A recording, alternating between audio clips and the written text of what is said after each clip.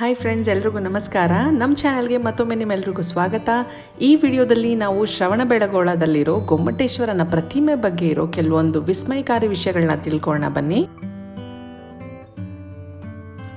So ಮೊದಲಿಗೆ ಸಮ್ಮರಲ್ಲಿ ಇಲ್ಲಿಗೆ ಬಂದರೆ ಸಿಕ್ಕಾಪಟ್ಟೆ ಬಿಸಿಲಿರುತ್ತೆ. ಬರೀ ಕಾಲಲ್ಲಂತೂ ಬೆಟ್ಟದ ಮೇಲೆ ನಡೆಯೋಕ್ಕೆ ಸಾಧ್ಯನೇ ಇಲ್ಲ. ಸೊ ಅದಕ್ಕೆ ಸಾಕ್ಸ್ ಹಾಕ್ಕೊಂಡು ನಡಿಬೇಕು. ಸೊ ಬನ್ನಿ ಈಗ ಬೆಟ್ಟ ಹತ್ತೋಣ. ಈ ಬೆಟ್ಟದ ಹೆಸರು ವಿಂಧ್ಯಗಿರಿ ಬೆಟ್ಟ ಅಂತ. ಆ್ಯಂಡ್ ಇದ್ರ ಮೇಲೆ 641 ಮೆಟ್ಲುಗಳಿದೆ. ಆ್ಯಂಡ್ ಈ ಊರಿಗೆ ಶ್ರವಣಬೆಳಗೊಳ ಅಂತ ಹೆಸರು ಹೇಗೆ ಬಂತು ಅಂದರೆ, ಶ್ರವಣ ಅಂದರೆ ಜೈನ ಮುನಿ ಅಂತ, ಬೆಳಗೊಳ ಅಂದರೆ ಬಿಳಿಯ ಕೊಳ ಅಂತ. ಈ ಬೆಳಗೊಳವು ಊರಿನ ಮಧ್ಯೆ ಇರೋ ಈ ಸುಂದರವಾದ ಕೊಳನೇ ಹೊರತು ಬೇರೇನಲ್ಲ. ಆ್ಯಂಡ್ ಇಲ್ಲಿಂದ ವ್ಯೂ ನೋಡಿ ಎಷ್ಟು ಬ್ಯೂಟಿಫುಲ್ಲಾಗಿ ಕಾಣಿಸ್ತಾ ಇದೆ ಅಲ್ವಾ. ಈಗ ಇನ್ನೂ ಅರ್ಧ ಬೆಟ್ಟ ಹತ್ತಿದ್ದೀವಿ, ಅಲ್ಲಿಂದ ಕಾಣಿಸ್ತಾ ಇರೋ ವ್ಯೂ ಇದು. ಸೊ ಮೇಲ್ಗಡೆ ಬೆಟ್ಟ ಹತ್ತಿದ್ರೆ ಇನ್ನೂ ವ್ಯೂ ತುಂಬ ಚೆನ್ನಾಗಿ ಕಾಣಿಸುತ್ತೆ. ಸೊ ಬೆಟ್ಟ ಹತ್ತಬೇಕಾದ್ರೆ ಸಿಕ್ಕಾಪಟ್ಟೆ ಸುಸ್ತಾಗುತ್ತೆ. ನೀರು ಬಾಟಲ್ನ ತರೋದು ಮಾತ್ರ ಮರಿಬೇಡಿ. ಈಗ ನಾವು ವದೇಗಲ್ ಬಸ್ತಿ ಹತ್ರ ಬಂದಿದ್ದೀವಿ. ಸೊ ನೀವು ಇಲ್ಲಿ ನೋಡ್ಬೋದು ಕಲ್ಲುಗಳನ್ನ ಹೇಗೆ ಒರಗಿಸಿ ನಿಲ್ಲಿಸಿದ್ದಾರೆ ಅಂತ. ಸೊ ಆ ಒರಗಿ ನಿಂತಿರೋ ಕಂಬಗಳ ಆಧಾರದ ಮೇಲೆ ಈ ದೇವಾಲಯನ ಕಟ್ಟಿರೋದ್ರಿಂದ ಇದನ್ನು ವದೇಗಲ್ ಬಸ್ತಿ ಅಂತ ಕರೀತಾರೆ. ಇದರೊಳಗಡೆ 3 ಗರ್ಭಗುಡಿಗಳಿದೆ. ಆ್ಯಂಡ್ ಅದರಲ್ಲಿ 3 ತೀರ್ಥಂಕರ ಮೂರ್ತಿಗಳಿವೆ.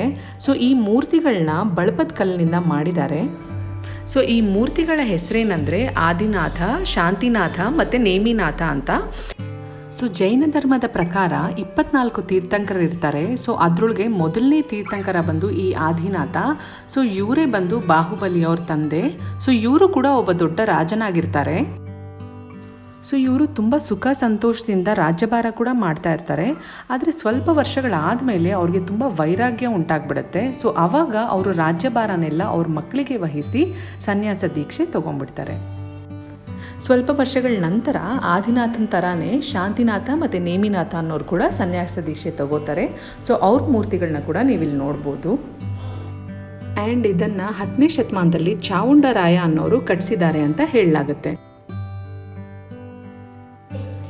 ಸೊ ಹೀಗೆ ಇನ್ನಷ್ಟು ಇಂಟ್ರೆಸ್ಟಿಂಗ್ ವಿಷಯಗಳನ್ನ ಮುಂದಿನ ಭಾಗದಲ್ಲಿ ಹೇಳ್ತೀನಿ. ಸೊ ವಿಡಿಯೋನ ಪೂರ್ತಿಯಾಗಿ ನೋಡಿ. ಇಷ್ಟ ಆದರೆ ಲೈಕ್ ಮಾಡಿ ಮತ್ತು ಸಬ್ಸ್ಕ್ರೈಬ್ ಮಾಡೋದನ್ನು ಮಾತ್ರ ಮರಿಬೇಡಿ. ಈಗ ನಾವು ಬಾಹುಬಲಿ ಪ್ರತಿಮೆಯಿಂದ 100 ಸ್ಟೆಪ್ಸ್ ಕೆಳಗಡೆ ಇದ್ದೀವಿ. ನೀವಿಲ್ಲಿ ಕೆತ್ತನೆಗಳಲ್ಲಿ 24 ತೀರ್ಥಂಕರರ ಹಳೆಗನ್ನಡದ ಶಾಸನಗಳನ್ನ ನೋಡ್ಬೋದು. ನಾವು ಬರಿಗೈಯಲ್ಲಿ ಬೆಟ್ಟ ಹತ್ಕೊಂಡು ಬರೋದೇ ಎಷ್ಟು ಕಷ್ಟ ಆಯಿತು. ಆದರೆ ಆಗಿನ ಕಾಲದಲ್ಲಿ ಯಾವುದೇ ಟೆಕ್ನಾಲಜಿ ಇಲ್ಲದೆ 1000 ಟನ್ ವೆಯ್ಟ್ ಇರೋ ಅಂಥ ಬಾಹುಬಲಿ ವಿಗ್ರಹನ ಹೇಗೆ ಇಲ್ಲಿ ತಂದಿಟ್ಟಿದ್ದಾರೆ ಅನ್ನೋದು ಇವತ್ತಿನವರೆಗೂ ಒಂದು ನಿಗೂಢವಾಗಿದೆ. ಈಗ ನಾವು ಬೆಟ್ಟದ ತುದಿಲಿರೋ ಮೇನ್ ಎಂಟ್ರೆನ್ಸ್ಗೆ ಬಂದಿದ್ದೀವಿ. ಸೊ ಇಲ್ಲಿ ಕಾಣಿಸ್ತಾ ಇರೋ ಮಂಟಪ ಬಂದು ತುಂಬ ವಿಶೇಷವಾದ ಮಂಟಪ. ಸೊ ಇದರೊಳಗಡೆ ಬ್ರಹ್ಮಯಕ್ಷ ಮತ್ತು ಗುಳ್ಳುಕಾಯಿ ಅಜ್ಜಿ ಅವರ ಮೂರ್ತಿ ಇದೆ. ಆ್ಯಂಡ್ ಈ ಗುಳ್ಳುಕಾಯಿ ಅಜ್ಜಿ ಬಗ್ಗೆ ಒಂದು ಕತೆ ಇದೆ. ಅದೇನೆಂದರೆ, ಈ ದೇವಸ್ಥಾನನ ಕಟ್ಟಿಸಿರೋ ಚಾವುಂಡರಾಯ ಬಂದು ಇಲ್ಲಿ ಬಾಹುಬಲಿಗೆ ಹಾಲಿನ ಅಭಿಷೇಕ ಮಾಡಬೇಕಾದ್ರೆ ಹಾಲು ತೊಡೆಗಿಂತ ಕೆಳಗಡೆ ಇಳಿಲಿಲ್ವಂತೆ.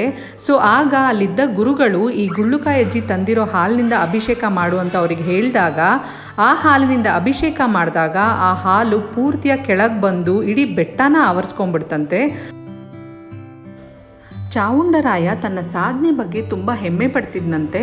ಸೊ ಆ ಗರ್ವನ ಮುರಿಬೇಕಂತಾನೆ ಕೂಷ್ಮಾಂಡಿನಿ ದೇವಿ ಈ ಗುಳ್ಳುಕಾಯಜ್ಜಿ ರೂಪದಲ್ಲಿ ಇಲ್ಲಿಗೆ ಬಂದಿದ್ರು ಅಂತ ಹೇಳಲಾಗುತ್ತೆ. ಸೊ ಹೀಗೆ ಇಲ್ಲಿ ಪ್ರತಿ 12 ವರ್ಷಕ್ಕೊಂದ್ಸಾರಿ ಗೊಮ್ಮಟೇಶ್ವರನಿಗೆ ಮಹಾಮಸ್ತಕಾಭಿಷೇಕ ನಡೆಯುತ್ತೆ.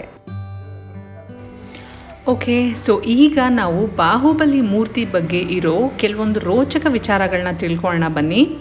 ಸೊ ಮೊದಲಿಗೆ ಈ ವಿಗ್ರಹದ ಹೈಟ್ ಬಂದು 57 ಅಡಿ. ಆ್ಯಂಡ್ ಇದರ ಅಗಲ ಬಂದು 26 ಅಡಿ. ಆ್ಯಂಡ್ ಇದು ಸುಮಾರು 1000 ಟನ್ ಅಷ್ಟು ತೂಕ ಇದೆ ಅಂತ ಹೇಳಲಾಗತ್ತೆ. ಸೊ 1000 ಟನ್ ವೆಯ್ಟ್ ಇರೋ ಅಂಥ ಈ ವಿಗ್ರಹನ ಇಲ್ಲಿಗೆ ಹೇಗೆ ತಂದರು ಅಂತ ರಿಸರ್ಚ್ ಮಾಡಿದಾಗ ಕೆಲವು ಆರ್ಕಿಯಾಲಜಿಸ್ಟ್ ಬಂದು ಇದನ್ನು ಆನೆಗಳಿಂದ ತರಿಸಿರ್ಬೋದು ಅಂತ ಹೇಳ್ತಾರೆ. ಆದರೆ ಒಂದು ಆನೆ ಬಂದು 350 kg ಅಷ್ಟು ತೂಕನ ಎಳಿಬೋದು. ಆದರೆ 1000 ಟನ್ ವೆಯ್ಟ್ ಇರೋ ಈ ವಿಗ್ರಹನ ಇಳಿಬೇಕಂದ್ರೆ ಸುಮಾರು 3000 ಆನೆಗಳು ಬೇಕಾಗತ್ತೆ. ಸೊ 3000 ಆನೆಗಳನ್ನ ಒಂದೇ ಟೈಮಲ್ಲಿ ಈ ಬೆಟ್ಟದ ಮೇಲೆ ನಡೆಸೋದು ಹೇಗೆ ಸಾಧ್ಯ ಅನ್ನೋ ಪ್ರಶ್ನೆಗೆ ಇನ್ನೂ ಉತ್ತರ ಸಿಗಲಿಲ್ಲ. ಸೊ ಅದರಿಂದ ಆನೆಗಳಿಂದ ಈ ವಿಗ್ರಹನ ತರಿಸಿಲ್ಲ ಅನ್ನೋದು ಕನ್ಫರ್ಮ್ ಆಗುತ್ತೆ. ಇನ್ನೂ ಕೆಲವು ಆರ್ಕಿಯಾಲಜಿಸ್ಟ್ ಏನು ಹೇಳ್ತಾರೆ ಅಂದರೆ ಈ ವಿಗ್ರಹದ ಕಲ್ಲು ಆಲ್ರೆಡಿ ಈ ಬೆಟ್ಟದ ಮೇಲೆ ಇತ್ತು, ಇಲ್ಲೇ ಬಂದು ಅವರು ಕೆತ್ತನೆ ಮಾಡಿಸಿದ್ದಾರೆ ಅಂತ. ಆದರೆ ನೀವಿಲ್ಲಿ ನೋಡ್ಬೋದು ಬಾಹುಬಲಿ ವಿಗ್ರಹ ಬಂದು ಬಿಳಿ ಕಲ್ಲಿಂದ ಮಾಡಿರೋದು ಆ್ಯಂಡ್ ಸುತ್ತಮುತ್ತಲಿನ ಕಲ್ಲುಗಳು ಬಂದು ಬೇರೆ ಬಣ್ಣದಲ್ಲಿದೆ. ಈ ಬಿಳಿ ಕಲ್ಲು ಸುತ್ತಮುತ್ತ ಎಲ್ಲೂ ಇಲ್ಲ ಅಂತ ಹೇಳಲಾಗತ್ತೆ ಆ್ಯಂಡ್ ಇದನ್ನು ಬೇರೆ ಕಡೆಯಿಂದನೇ ತರಿಸಿರೋದು ಅಂತ ಕನ್ಫರ್ಮ್ ಆಗಿದೆ.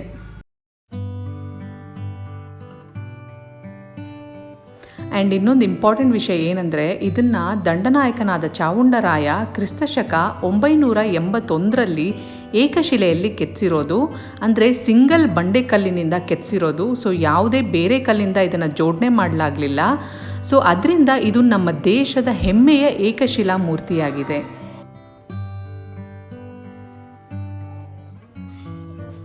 ಆ್ಯಂಡ್ ಬಾಹುಬಲಿನ ಗೊಮ್ಮಟೇಶ್ವರ ಅಂತ ಯಾಕೆ ಕರೀತಾರಂದರೆ ಆಗ ದಂಡನಾಯಕನಾದ ಚಾವುಂಡರಾಯನ ಗೊಮ್ಮಟ ಅಂತ ಕರಿತಿದ್ರಂತೆ. ಸೊ ಅವ್ರು ಕಟ್ಸಿರೋದ್ರಿಂದ ಬಾಹುಬಲಿಗೆ ಗೊಮ್ಮಟೇಶ್ವರ ಅಂತ ಹೆಸರು ಬಂತು.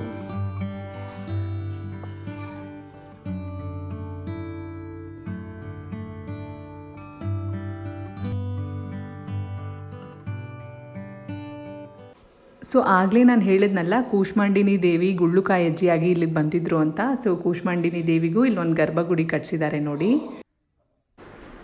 ಸೊ ನೆಕ್ಸ್ಟ್ ಇಲ್ಲಿ ಜೈನ ಧರ್ಮಕ್ಕೆ ಸೇರಿದ 24 ತೀರ್ಥಂಕರರ ಮೂರ್ತಿಗಳನ್ನ ನೀವಿಲ್ಲಿ ನೋಡ್ಬೋದು. ಸೊ ಕೊನೆಯದಾಗಿ ಬಾಹುಬಲಿ ಕತೆ ಬಂದು ನಿಮ್ಮೆಲ್ರಿಗೂ ಗೊತ್ತೇ ಇದೆ. ಸೊ ಗೊತ್ತಿಲ್ಲದಿರೋರಿಗೆ ಶಾರ್ಟಾಗಿ ಈ ಕತೆನ ಹೇಳ್ಬಿಡ್ತೀನಿ, ಕೇಳಿ. ಸೊ ಜೈನ ಧರ್ಮದ ಮೊದಲನೇ ತೀರ್ಥಂಕರನಾದ ಆದಿದೇವನಿಗೆ 2 ಹೆಂಡತಿಯರಿರ್ತಾರೆ, ಮತ್ತು ಭರತ, ಬಾಹುಬಲಿ ಮತ್ತು 100 ಜನ ಮಕ್ಕಳಿರ್ತಾರೆ.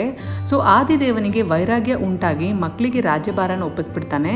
ಸೊ ಆಗ ಭರತ ಬಾಹುಬಲಿ ಇಬ್ಬರು ರಾಜ್ಯಭಾರ ಮಾಡ್ಕೊಂಡಿರ್ಬೇಕಾದ್ರೆ ಭರತ ತುಂಬ ಶಕ್ತಿಶಾಲಿಯಾಗಿರ್ತಾನೆ, ಮತ್ತು ಅವನ ಹತ್ರ ವಿಷ್ಣು ಚಕ್ರ ಥರ ಒಂದು ಚಕ್ರ ಕೂಡ ಇರುತ್ತೆ. ಸೊ ಅದರಿಂದ ಅವನಿಗೆ ದುರಾಸೆ ಉಂಟಾಗಿ ಪ್ರಪಂಚಕ್ಕೆ ನಾನು ಚಕ್ರವರ್ತಿ ಆಗಬೇಕು ಅಂತ ಅಂದ್ಕೊತಾನೆ.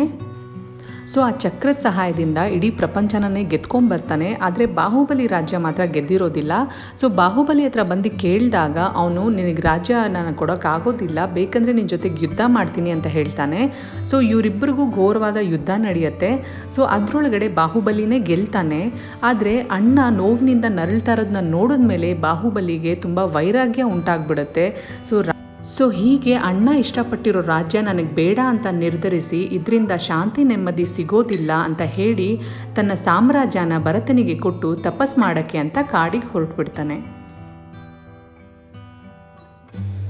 ಸೊ ಹೀಗೆ ಬಾಹುಬಲಿಯ ಕೆಲವೊಂದು ಇಂಪಾರ್ಟೆಂಟ್ ವಿಷಯಗಳನ್ನೆಲ್ಲ ನಿಮ್ಗೆ ಹೇಳಿದ್ದೀನಿ. ವಿಡಿಯೋ ಇಷ್ಟ ಆಗುತ್ತೆ ಅಂತ ಅಂದ್ಕೊಂಡಿದ್ದೀನಿ. ಇಷ್ಟ ಆದರೆ ಲೈಕ್ ಮಾಡಿ, ಶೇರ್ ಮಾಡಿ ಮತ್ತು ಸಬ್ಸ್ಕ್ರೈಬ್ ಮಾಡೋದನ್ನು ಮಾತ್ರ ಮರಿಬೇಡಿ. ಧನ್ಯವಾದಗಳು.